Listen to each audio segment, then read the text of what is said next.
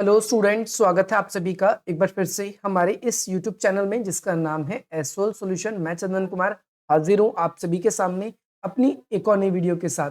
So guys, आज की इस नई वीडियो में हम बात करेंगे उन सभी स्टूडेंट्स के लिए जो एमपीएस कोर्स के स्टूडेंट्स हैं, मास्टर ऑफ पॉलिटिकल साइंस के स्टूडेंट्स हैं, और उन सभी स्टूडेंट्स के पास में दिसंबर में उन सभी का एग्जाम होने वाला है 2024 में। तो बहुत सारे स्टूडेंट्स की डिमांड्स आ रही थी कि सर प्रीवियस ईयर के क्वेश्चन पेपर का कितना फायदा होगा।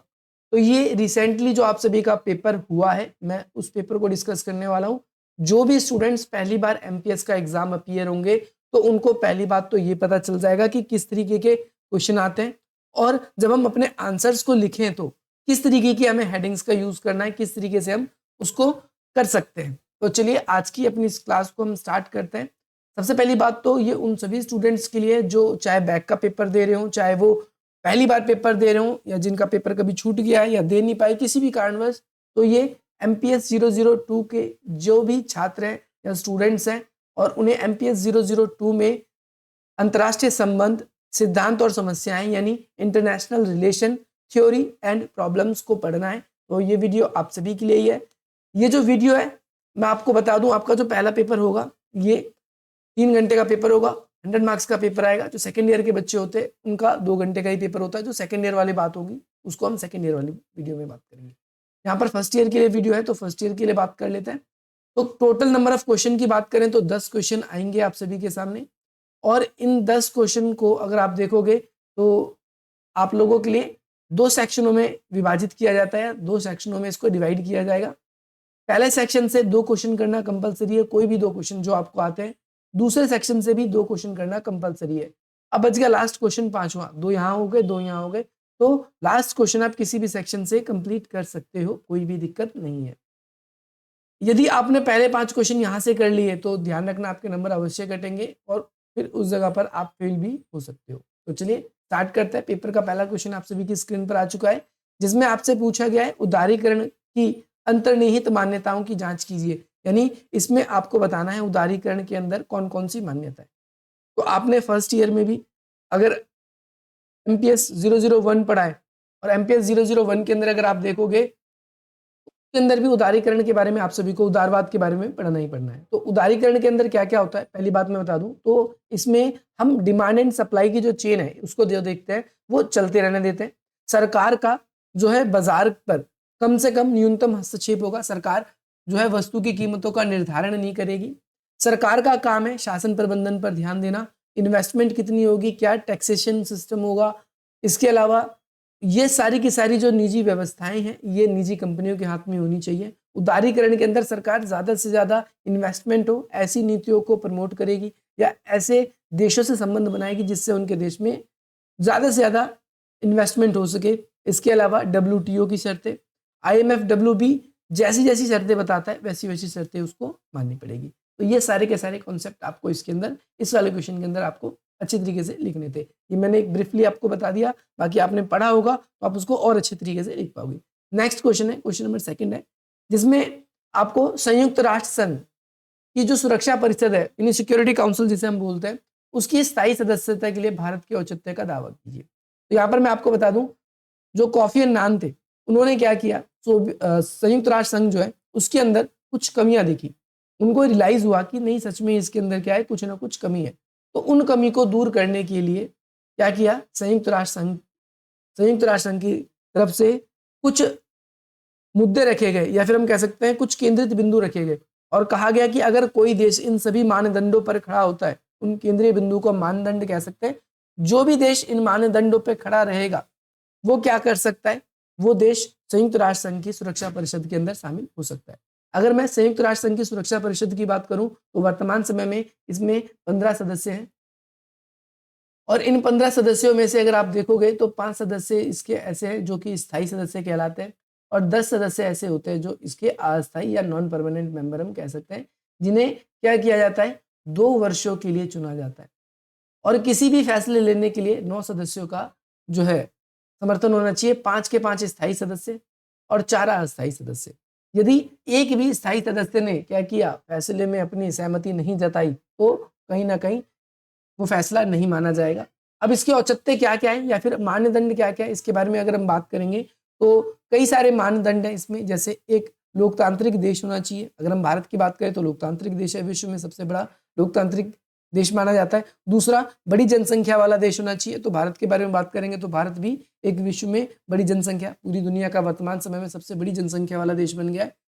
अगली बात करेंगे तो मानवाधिकारों के सम्मान करने वाला देश होना चाहिए। तो भारत बिल्कुल मानवाधिकारों के सम्मान करने वाला देश है। तेज गति से आर्थिक विकास करना चाहिए, एक बड़ी सैनिक ताकत होना चाहिए। ये सारे के सारे जो मानदंड इसमें आपको संयुक्त राष्ट्र संघ की तरफ से जो बताए गए उस पर भारत खरा उतरता है। और हम भारत के नागरिक होने के नाते हम कह सकते हैं कि संयुक्त राष्ट्र संघ की जो सुरक्षा परिषद है उसके अंदर भारत का भी होना आवश्यक है।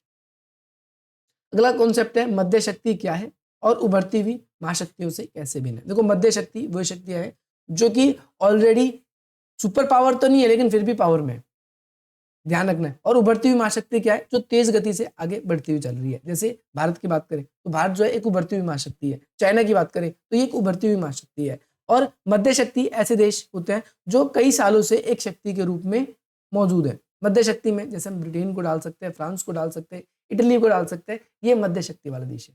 तो मैंने उभरती हुई महाशक्ति और मध्य महाशक्ति के ऊपर एक अलग से ही वीडियो कंप्लीटली बना रखी है।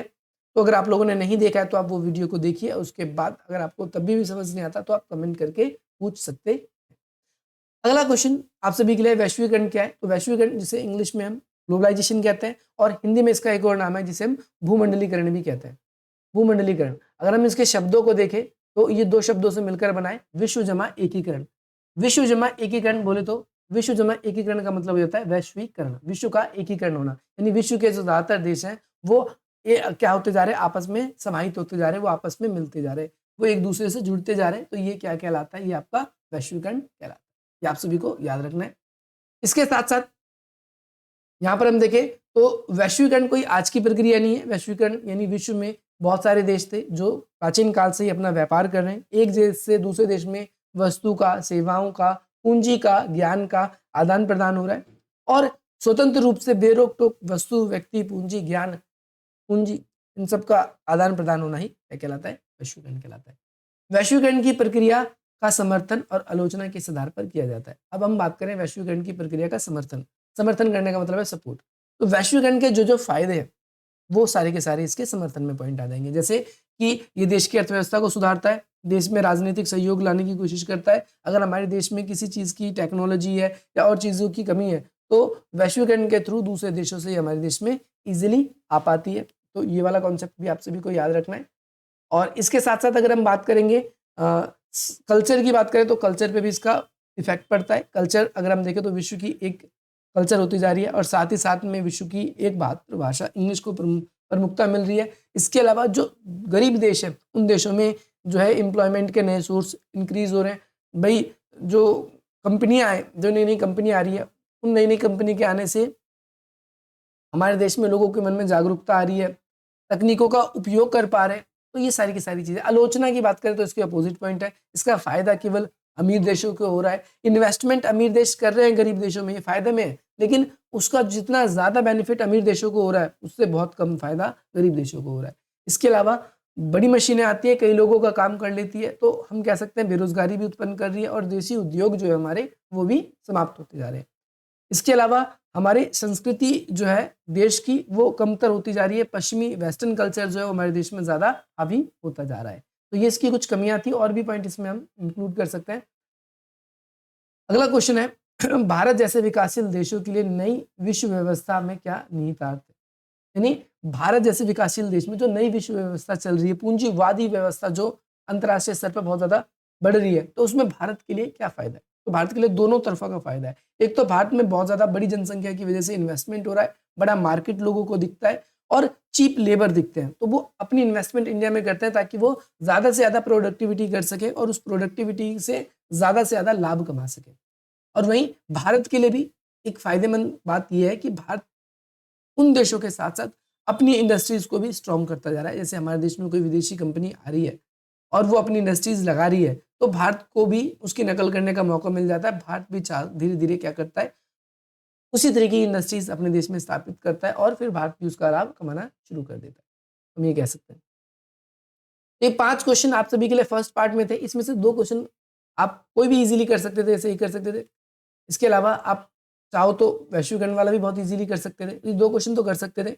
आगे की देखते हैं क्वेश्चन कौन-कौन से आप लोगों के लिए जो बिना आप किसी कठिनाई के कर सकते हैं। अगला क्वेश्चन आपसे पूछा गया है, अंतर्राष्ट्रीय प्रणाली के विकास में प्रौद्योगिकी की क्या भूमिका है? प्रौद्योगिकी का मतलब होता है टेक्नोलॉजी। आज के ज़माने में टेक्नोलॉजी की क्यों भूमिका है? तो वैश्वीकरण के जब तुम आप आयाम पढ़ोगे, देखो वैश्वीकरण का एक राजनीतिक आयाम है, एक वैश्वीकरण का आपका आर्थिक आयाम है, एक वैश्वीकरण का आपका सामाजिक और सांस्कृतिक आयाम है, सामाजिक और सांस्कृतिक आयाम है। और इसके साथ-साथ एक आयाम है जिसे बोलते हैं हम तकनीकी आयाम। जब आप तकनीकी आयाम को पढ़ेंगे वैश्वीकरण का, तो उसमें आपको एक तो इसकी अच्छाई के साथ-साथ बुराई भी बतानी है, ठीक है? तो आप इस वाले कॉन्सेप्ट के अंदर याद करेंगे कि टेक्नोलॉजी आ रही है गरीब देशों में, भई सिक्योरिटी रीज़न से इसका फ़ायदा पहुँच रहा है, लेकिन हमारी दूसरे देशों के ऊपर जो है निर्भरता बढ़ती जा रही है। निर्भरता बढ़ने से हमारे देश के अंदर ज़्यादा फ़ायदा नहीं हो रहा, हम उन दूसरे देशों पे आश्रित होते जा रहे हैं। अगला क्वेश्चन है, विश्व की राजनीति में चाइना एक महाशक्ति के रूप में कैसे है? ये मैंने क्वेश्चन करा रखा है। अगर आप लोगों ने नहीं देखा है तो आप उसको देख सकते हैं।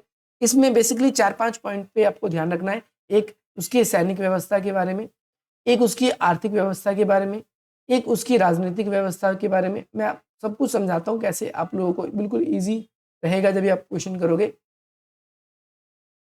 राजनीतिक व्यवस्था के बारे में सैनिक, आर्थिक हो गया। एक उसकी अंतरिक्ष या स्पेस एंड टेक्नोलॉजी के अंतरिक्ष व स्पेस एंड टेक्नोलॉजी, ठीक है? अच्छा ये भी हो गया फर्स्ट, सेकंड, थर्ड, फोर्थ, पाँचवाँ। श्रम के मामले में कह सकते हैं हम, श्रम के मामले में हम कह सकते हैं। ये वाला कॉन्सेप्ट आप इसके अंदर ऐड करना चाहो तो ऐड कर सकते हो। अब देखो सैनिक के मामले में बताएंगे कि चाइना विश्व में ताकतवर देश है। अमेरिका को अगर कोई देश आज वर्तमान समय में टक्कर दे सकता है तो वो चाइना है। चाइना अपनी अर्थव्यवस्था का एक बहुत बड़ा हिस्सा जो है वो एजुकेशन जो है सैनिक पे खर्च करता है। अगला है आपका आर्थिक। चाइना की जो अर्थव्यवस्था है वो काफ़ी तेज़ी से ग्रो कर रही है, काफ़ी तेज़ी से आगे बढ़ रही है। तो हम यहाँ पर ऐसे केस में हम कह सकते हैं कि चाइना की जो इकोनॉमी है वो बढ़ रही है विश्व में महाशक्ति के रूप में। राजनीतिक रूप से देखें तो चाइना के पास में वीटो धारक देश है। वीटो धारक देश होने की वजह से सुरक्षा परिषद में स्थायी सदस्यता है और साथ ही साथ में उसकी वजह से वो यूएनओ के अंदर अपने मनमाने फैसले लेने में सक्षम बन जाता है। चाइना के अंदर शिक्षा व्यवस्था, हालाँकि सारी की सारी व्यवस्था सरकार करती है वहाँ पर, परंतु शिक्षा व्यवस्था के बारे में अगर हम बात करें तो चाइना काफ़ी आगे है। स्पेस एंड टेक्नोलॉजी में ये है कि चाइना की टेक्नोलॉजी बहुत ज़्यादा है और श्रम जो है, अगर हम श्रम की बात करें तो चाइना में चीप लेबर है। इंडिया में जितना भी ज़्यादातर सामान बिकता है, चाहे वो प्लास्टिक का हो, इलेक्ट्रॉनिक का, तो उसमें हम देखते हैं कि भई चाइना से बन के वो काफ़ी ज़्यादा आता है। तो इस वजह से वहाँ पर जो श्रम है वो बहुत चीप है। इसकी वजह से चाइना के अंदर बहुत सारे देशों की कंपनियाँ या चाइना खुद ही जो भी चीज़ों का निर्माण करता है, उसे बहुत सारे देशों में बेचता है। तो ये वाला कॉन्सेप्ट आप बिल्कुल ईज़िली कर सकते थे, ये क्वेश्चन भी कर सकते हो आप। अगला क्वेश्चन आप सभी के लिए क्या है कि परमाणु अप्रसार व्यवस्था के विकास का वर्णन कीजिए। परमाणु अप्रसार व्यवस्था, पहली बात तो ये है क्या, जिसे हम बोलते हैं एनपीटी। एनपीटी, तो एनपीटी के अंदर है क्या मैं बता दूं। 1967 में जो आपके यूएनओ के स्थायी सदस्य सिक्योरिटी काउंसिल के, उसके 5 देशों ने ये चीज सोची कि भाई विश्व में और कोई देश परमाणु हथियार ना बना सके, इसलिए हम इस संधि को लागू करते हैं क्योंकि ये हथियार बहुत ज्यादा मानव जाति के लिए खतरनाक है। इसे इसलिए अगले साल 1968 पर उन्होंने इसे लागू कर दिया और कहा कि जो भी देश अगर परमाणु हथियार बनाएगा तो हम उस पर रिस्ट्रिक्शंस लगाएंगे, बैन लगाएंगे और हम उनकी बिल्कुल भी मदद नहीं करेंगे। यही रीजन है कि भारत ने कभी भी इस पर हस्ताक्षर नहीं किए और आगे चलकर क्या हुआ कि भारत ने 1974 में और दूसरा 1998 में 2 बार परमाणु परीक्षण किए। एक बार जब अटल बिहारी वाजपेयी थे, इस टाइम की बात करूं मैं, और इस समय आपकी इंदिरा गांधी जी थे। तो इन दोनों में हमने परमाणु परीक्षण किए। हालांकि दोनों के टाइम पे परमाणु जब परीक्षण हमने किए भी तो हम पे बहुत सारे प्रतिबंध लगा दिए गए। हम पे इवन दैट वॉर जैसी स्थिति भी अमेरिका ने तो डायरेक्टली डिक्लेयर कर दिया था कि अगर आपने परमाणु हथियार का परीक्षण किया तो गेट रेडी फॉर वॉर, आप युद्ध के लिए तैयार रहिए, हम आपसे युद्ध करेंगे। तो हम देखते हैं कि हम पे बहुत ज्यादा रिस्ट्रिक्शंस लगे। तो इस तरीके से परमाणु विकास, लेकिन भारत का कहना है कि ये तो बिल्कुल गलत बात है। आप परमाणु हथियार पूरी दुनिया में नहीं रखना चाहते या कोई देश ना बनाए तो बहुत अच्छी बात है, कोई नहीं बनाएगा, परंतु आप 5 देश चीन, अमेरिका, ब्रिटेन, फ्रांस, रूस, आप भी तो अपने परमाणु हथियार खत्म करो। आपने अपने आप को तो कह रखा है कि हम परमाणु हथियार रखेंगे, लेकिन नए देश नहीं, तो ये तो फिर भेदभाव वाली संधि हुई। तो यहाँ पर इस तरीके से भारत ने इस पे हस्ताक्षर नहीं किए और इस तरीके से परमाणु हथियार का जो है विकास का क्रम लगा भी। हालांकि उसके बाद लगातार परमाणु हथियार बनते रहे। अगला क्वेश्चन है पुनर्निर्माण, ये गलत लिखा है। देखो इंग्लिश में क्वेश्चन पढ़ लेना एक बार, क्योंकि हिंदी में कई बार गलत लिखा आता है। पुनर्निर्माण के विकास में अंतरराष्ट्रीय, देखो यहाँ पर भी अंतरराष्ट्रीय बैंक आईबीआरडी, देखो आईबीआरडी, आईडीए बैंक है। मैंने आप लोगों के लिए जब पढ़ा है वर्ल्ड बैंक वाली वीडियो, अगर आप देखोगे मेरी, तो उसके अंदर मैंने आपको सारे के सारे नाम बता रखे हैं कि कितने 4 बैंकों के समूह, आईबीआरडी, आईडीए है और एक दो बैंक और भी हैं। तो उसके अंदर जब आप पढ़ोगे तो उसके अंदर मैंने बता रखा है कि अंतरराष्ट्रीय जो बैंक, इंटरनेशनल बैंक जो है, वर्ल्ड बैंक जो है, तो ये उसी का हिस्सा, ज्यादातर शेयर इसके ही उसमें, उसके क्या क्या कार्य हैं और उसकी क्या क्या भूमिका है, ये मैंने अलग से वीडियो आप लोगों के लिए बना रखी है। तो आप उस वाली वीडियो को देखेंगे तो ज्यादा अच्छा रहेगा। और ये वीडियो भी मैंने आप लोगों के लिए बना रखी है, प्रत्यक्ष विदेशी निवेश जो है, एफडीआई जिसे बोलते हैं, फॉरेन डायरेक्ट इन्वेस्टमेंट, और साथ ही साथ में पोर्टफोलियो निवेश में क्या डिफरेंस है। अगर हम बात करें पोर्टफोलियो निवेश की, तो पोर्टफोलियो निवेश का मतलब होता है कि जो वित्तीय परिसंपत्ति होती है हमारी, वित्तीय मतलब फाइनेंशियली, जैसे कि स्टॉक, ब्रांड, इन सब की रणनीति से हम पैसों को आवंटन करते हैं। इन्हें स्टॉक्स के माध्यम से हमारे पैसे इन्वेस्टमेंट होते हैं। और पोर्टफोलियो निवेश में कंपनी की आंतरिक जो है फैसलों में से, कंपनी जो होती है उसके फैसलों में उसकी निर्भरता नहीं होगी, वो सिर्फ लाभ कमाएगी उससे और कुछ नहीं, वो केवल लाभ और लाभ उससे लेगी और कुछ नहीं। आपको याद रखना है, जैसे कि हम गोल्ड में इन्वेस्ट कर देते हैं, कुछ इस तरीके से आप समझ सकते हैं। आमतौर पर ये पोर्टफोलियो इन्वेस्टमेंट होता है। पोर्टफोलियो इन्वेस्टमेंट क्या है, ये इंटरनेशनली उसकी जो वैल्यू बढ़ रही है कि घट रही है, इस बात पे डिपेंड करती है। तो ये पोर्टफोलियो निवेश में आता है। और एफडीआई के बारे में तो मैंने आप लोगों को बता भी रखा है। तो अगर आप लोगों ने वो वीडियो नहीं देखी है तो आप देखिए। आपको ये वीडियो कैसी लगी, आप लोगों को वीडियो पसंद आई तो आप इस वीडियो को लाइक करें और अधिक से अधिक मित्रों तक शेयर करें। अगर आपने टेलीग्राम ग्रुप्स को ज्वाइन नहीं किया तो ज्वाइन कीजिए। अब तक 800 से प्लस स्टूडेंट्स हमारे साथ जुड़ चुके हैं, आप लोगों का भी स्वागत है। लिंक डिस्क्रिप्शन बॉक्स में मिल जाएगा। और अधिक से अधिक मित्रों तक शेयर कीजिए ताकि हमारे इस चैनल के बारे में और भी मित्रों को पता चले। और ये हमारी जो 1 लाख की फैमिली है वो जल्दी होने वाली है। तो अगर आप हमारे साथ जुड़ोगे तो हमारी ये 1 लाख की फैमिली हो जाएगी। और इसके बाद में मैं आप लोगों के लिए कुछ सरप्राइज भी लेकर आया हूँ, जो आपको फर्स्ट ईयर के बच्चों को सेकेंड ईयर में बहुत ज़्यादा फायदा मिलेगा। आप लोग को एक ऐसा, मैं सोच रहा हूँ प्लेटफॉर्म, आपको एक ऐसा फ्री में प्लेटफॉर्म मिलेगा जिसके लिए आप लोगों को अलग से इधर उधर कहीं पर भी वीडियोस तलाशने की जरूरत नहीं होगी। अगर आपको एक सब्जेक्ट के बारे में पढ़ना है तो डायरेक्टली आप एक क्लिक कीजिए, आपको वहां पर सारी वीडियोस मिल जाएंगी। आप उसको देखकर अपना पूरा सिलेबस कंप्लीट कीजिए और साथ ही साथ अपने एग्जाम में अच्छे से लिखिए। तो वो प्लेटफॉर्म आप लोगों को जल्दी मिलेगा। और वो प्लेटफॉर्म तब मिलेगा जब आपकी 1 लाख सब्सक्राइबर पूरे हो जाएंगे। ये 1 लाख सब्सक्राइबर पूरे करने में बस थोड़ा सा ही समय हो सकता है आप ही की कमी हो और आप भी हमारे सदस्य बने। चैनल सब्सक्राइब करने के कोई पैसे तो नहीं लगते, लेकिन हाँ, ये ज़रूर है कि अगर आपका सपोर्ट रहेगा तो हम आपके लिए और कुछ कर पाएँगे। बाकी मिलते हैं हम आप सभी से अपनी अगली वीडियो में। आई होप आपको ये वीडियो पसंद आएगी और अधिक से अधिक मित्रों तक आप हमारे चैनल को शेयर भी करेंगे। बाकी मिलते हैं हम आप सभी से अपनी अगली वीडियो में। जय हिंद, जय भारत।